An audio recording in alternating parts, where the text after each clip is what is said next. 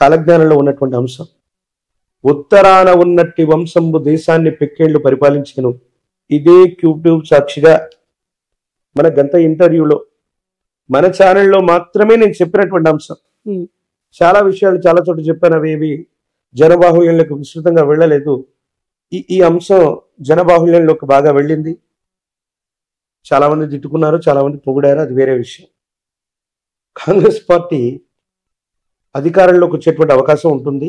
పైగా రాహుల్ గాంధీ లాంటి వ్యక్తి ప్రధానమంత్రి అవుతారా అన్నటువంటి ప్రశ్న ఆ రోజు మన యూట్యూబ్ నుంచి మన యాంకర్ అడిగితే నేను చెప్పినటువంటి రెఫరెన్స్ బ్రహ్మం గారి కాలజ్ఞానంలో యథాతథంగా ఉన్నమాట.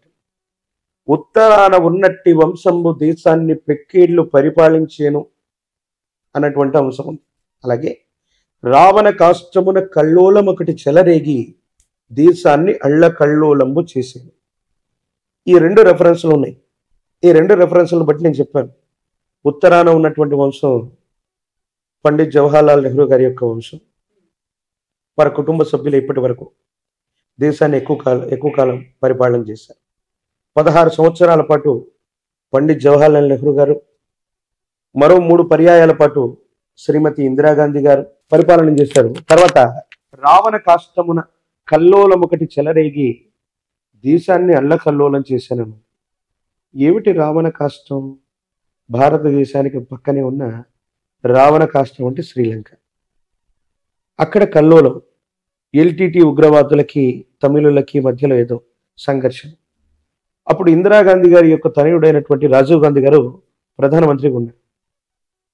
ఈయన ఆ దేశానికి సంబంధించి ఎల్టీటీ ఉగ్రవాదులకి వీళ్ళకి మధ్య జరుగుతున్న సంఘర్షణలు ఆయన కలుగు చేసుకోవటం వల్ల రావణ కాష్టమున కల్లోలము చెలరేగి దేశాన్ని, మన భారతదేశాన్ని అల్లకల్లోలం చేసే కుట్ర ఒకటి జరిగింది. ఏంటో తెలుసా? తమిళనాడుకు సమీపంలోని పెరంబదూరులో బాంబ్ బ్లాస్టింగ్ అవ్వటం. అలాగే రావణ కాష్టంలో కల్లోలం చెలరేగటం వల్ల రాజీవ్ గాంధీ గారు హత్య గావించబడ్డం. ఆ తర్వాత వాళ్ళ సతీమణి అయినటువంటి సోనియా గాంధీ గారు 2004 నుండి 2014లో యూపీఐ చైర్పర్సన్గా ఉంటే 10 ఏళ్ల పాటు వాళ్లే అధికారంలో ఉన్నట్టు కూడా మనం చూసాం. కాబట్టి సమీపమైనటువంటి భవిష్యత్తులో మళ్ళీ కాంగ్రెస్ అన్నటువంటిది పునర్జీవితం జరిగేటువంటి అవకాశం అది ఎక్కడి నుంచైనా జరగచ్చు, తెలంగాణ నుంచి కూడా అవ్వచ్చు. సమీప భవిష్యత్తులో ఇప్పటికిప్పుడు ఈ ఎలక్షన్స్లో కాకపోయినా రాజీవ్ గాంధీ గారు, ప్రియాంక గాంధీ గారు లేదా వాళ్ళ వంశాంకురాలు చివరి వ్యక్తి ఎవరు ఉన్నప్పటికీ కూడా భారతదేశానికి సంబంధించి ప్రజల చేత ప్రజల కొరకు ఎన్నుకోబడ్డటువంటి ఈ ప్రజాస్వామ్య ప్రభుత్వంలో ఎప్పటికైనా మళ్ళీ అధికార పీఠం లేదా ప్రధానమంత్రి పదవి ఖచ్చితంగా వారు దానికి దగ్గరగా ఉంటారు. ఈ ఎన్నికల్లో అది జరగకపోవచ్చు, కానీ సమీపమైన భవిష్యత్తులో వాళ్ళ కుటుంబంలో అసలు రాహుల్ గాంధీకి ప్రధానమంత్రి అయ్యే యోగ్యం భాగ్యం లేదు ఆయన జాతకం ప్రకారం చాలా మంది చెప్తూ ఉన్నారు మీలాంటి జ్యోతిష్యులు. రేవంత్ రెడ్డి గారు ఎమ్మెల్యేగా ఓడిపోయారు. కనీసం ఒక్కరు కూడా కాంగ్రెస్ బలం లేదు. కాంగ్రెస్ పార్టీ అధికారంలోకి రాదని చాలా మంది జ్యోతిష్యులు చెప్పారుగా, మరి ఏమైందంటారు? కలియుగంలో 5 ఏళ్లు గడిచినటువంటి మీదట పంచాంగములు పనికి మారిన వైపోవు, నవగ్రహంబుల నడక మారినను గురుదేవుల వాక్యం కూడా ఉంది.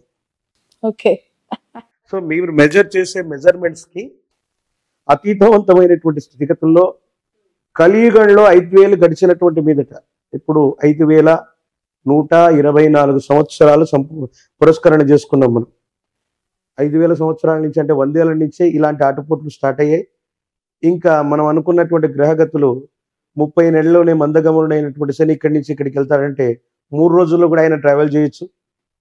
ప్రపంచంలో వింతలు విచిత్రాలు ఇంకా జరగబోతున్నాయి. కాబట్టి బ్రహ్మం గారి యొక్క కాలజ్ఞాన ప్రకారంగా సోనియా గాంధీ గారి యొక్క నేతృత్వంలో ఉన్నటువంటి వాళ్ళ కుటుంబ సభ్యులు, ప్రియాంక గాంధీ లేదా రాహుల్ గాంధీ, వీళ్ళ ఇరువురు లేదా వీరి కుటుంబ సభ్యులు చివరి వంశాంకురం ఉన్నంత వరకు భారతదేశానికి సంబంధించిన ప్రధానమంత్రి లేదా ఆ అధ్యక్ష పీఠానికి దగ్గరగానే వీరు ఉంటారు. ఇది సమీప భవిష్యత్తులో జరిగి తీరుతుంది.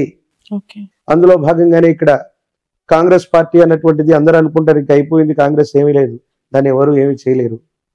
బ్రహ్మం గారి యొక్క కాలజ్ఞానం బికాజ్ నేను సనాతనమైన ధార్మికవాదిగా బీజేపీని నేను ఇష్టపడతాను, నేను కాంగ్రెస్ను పొగడట్లేదు, ఉన్నటువంటి వాస్తవికమైనటువంటి పరిస్థితులు అట్లాంటివి. కమింగ్ టు ఆంధ్రప్రదేశ్, జగన్మోహన్ రెడ్డి గారి యొక్క పేరు జగన్. గా నా అక్షరాలని సంయుక్త అక్షరాలు అంటారు. వారి పేరులో కూడా 2 అక్షరాలే ఉన్నాయి. అంటే జా తీసి ఓన్లీ గన్ అని పెట్టాలా జగన్ గారికి? జగన్ అంటే గా అన్నటువంటిది సంయుక్తము, అంటే ఒక అక్షరంతో మరో సగం అక్షరం కలిసిపోతే దాన్ని సంయుక్తాక్షరం అంటారు తెలుగులో. సో జగన్మోహన్ రెడ్డి గారి యొక్క పేరులో కూడా ఒక రకంగా ఆ విధంగా తీసుకుంటే అవి 2 అక్షరాల కిందే లెక్క. రాబోయేటువంటి శాసనసభ ఎన్నికల్లో ఆంధ్రప్రదేశ్కి సంబంధించినటువంటి ఎలక్షన్స్లో వై నాట్ 175 అని జగన్మోహన్ రెడ్డి గారు ముందుకెళ్తూ ఉండొచ్చు దాకా. కానీ మనం శోభకృతనామ సంవత్సరంలో ఉన్నాం. శోభకృతనామ సంవత్సరే సర్వసస్యాభివృద్ధయః నృపానాం చ మన్యోన్యం ప్రజానాం చ పరస్పరం. ప్రజల చేత ప్రజల కొరకు ఎన్నుకోబడ్డటువంటి ప్రజా సంబంధమైన ప్రభుత్వాలు మాత్రమే ఈ శోభకృతు అనేటువంటి పేరు కలిగినటువంటి సంవత్సరాల్లో వస్తాయని శాస్త్రం. ఇక్కడ అదే జరిగింది. జగన్మోహన్ రెడ్డి గారు 175 స్థానాలు 151+ వాళ్ళు అనుకుంటున్నారు. తీవ్రమైనటువంటి ప్రజా వ్యతిరేక సంబంధమైన స్థితిగతుల వల్ల మళ్ళీ అధికారంలోకి రావటం అన్నటువంటి విషయం మీదే వాళ్ళు దృష్టి పెట్టాలి. ఏ ప్రభుత్వం కూడా, అంటే అది టీడీపీతో కూడినటువంటి ప్రభుత్వం కానీ వైసీపీతో కూడినటువంటి ప్రభుత్వం కానీ వెంటనే సులభమైనటువంటి మెజారిటీతో ఆంధ్రప్రదేశ్లో వచ్చేటువంటి అవకాశం లేదు. But first priority is Jaganmohan Reddy గారికి సంబంధించిన ఆరుద్ర నక్షత్రం,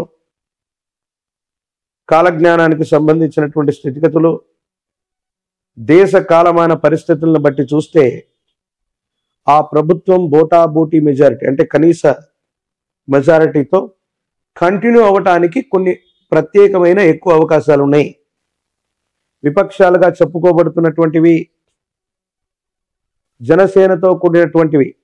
ఆయనది శ్రవణ నక్షత్రం. పవన్ కళ్యాణ్ గారు సమీపమైన భవిష్యత్తులో తప్పకుండా అమాత్యుడు, మంత్రి, అది ముఖ్యమంత్రి అవ్వండి, కేంద్ర మంత్రి అవ్వనివ్వండి, అమాత్యుడు అన్నటువంటి స్థానానికి దగ్గరగా ఆయన జాతకం ఉండబోతుంది. తెర మీద బొమ్మలు గద్దెనెక్కేరన్నటువంటి గురుదేవుల యొక్క వాక్య సాక్షిగా పవన్ కళ్యాణ్ గారు సమీపమైన భవిష్యత్తులో, అది ఈ 5 సంవత్సరాల్లో కూడా అయి ఉండొచ్చు, ఈ రాబోయేటువంటి 5 సంవత్సరాల్లో కూడా అయి ఉండొచ్చు, ఖచ్చితంగా వారు ముఖ్యమంత్రి లేదా ఆ స్థానానికి దగ్గరగా ఉన్న అమాత్యుడు ఆ స్థానాన్ని అధిరోహించేటువంటి అవకాశం కూడా తప్పకుండా ఉంది. మొదటి ప్రాముఖ్యతగా వైఎస్ జగన్మోహన్ రెడ్డి గారి యొక్క నేతృత్వంలో ఉన్నటువంటి వైసీపీ ప్రభుత్వం బోటాబోటీ మెజారిటీతోనైనా మళ్ళీ అధికారంలోకి రావటానికి కొంత ఎక్కువ అవకాశాలు ఉన్నాయి. అవకాశాలు జగన్ ఉన్నాయంటున్నారు, పవన్ కళ్యాణ్ గారికి కూడా లేకపోలేదు అంటున్నారు. ఎలా సాధ్యం అవుతుంది? వైసీపీ ప్రభుత్వం వస్తుంది, అవకాశం ఉంటే జగన్మోహన్ రెడ్డి గారితో పవన్ కళ్యాణ్ గారు కలిసి పనిచేయకూడదా? అవకాశాలు ప్రస్తుతం ఏపీలో కనిపిస్తున్నాయి. ఒకవేళ జగన్మోహన్ రెడ్డి గారి యొక్క ప్రభుత్వం బోటాబోటీ చెప్తాను. 2009 సంవత్సరంలో ప్రజారాజ్యం పార్టీ వచ్చింది. దేనికి వ్యతిరేకంగా వచ్చింది? ఈ ప్రాంతీయ పార్టీ దేశంలో అధికారంలో ఉన్నటువంటి కాంగ్రెస్ కి. అందరూ చిరంజీవి గారి యొక్క జీవితాన్ని, రాజకీయ జీవితాన్ని గొప్ప ఫెయిల్యూర్ అంటారు. నేను చెప్తాను అది చాలా సక్సెస్ఫుల్. అది ఎవరికి సాధ్యం కాని అంశాన్ని ఆయన చేశారు. ప్రజారాజ్యం పార్టీ పెట్టారు, ఎమ్మెల్యే అయ్యారు 5 ఏళ్లలోనే, అంటే పెట్టిన వెంటనే ఎంపీ, రాజ్యసభ అయ్యారు, కేంద్ర మంత్రి కూడా అయ్యారు. 5 సంవత్సరాల తర్వాత పార్టీ విలీనం అయింది. ఎన్టీఆర్ గారు కూడా ఇటు దేశంలో ఇటు రాష్ట్రంలో చక్రం తిప్పగలిగినటువంటి స్థితి ఎన్టీఆర్ గారు. ఇప్పుడు ఆపరేషన్ లేకుండానే మోకాళ్లకు ప్లాస్మా ట్రీట్మెంట్, మీ ఆర్థోపెడిక్ సమస్యలన్నిటికీ రోబోటిక్ టెక్నాలజీ ద్వారా తక్కువ ఖర్చుతో శాశ్వత పరిష్కారం, ఫ్రీ కన్సల్టేషన్, ప్రతి ట్రీట్మెంట్ పై 20% డిస్కౌంట్. ఈ ఆఫర్ కొద్ది రోజులు మాత్రమే, త్వరపడండి. V9 hospitals 9281465842.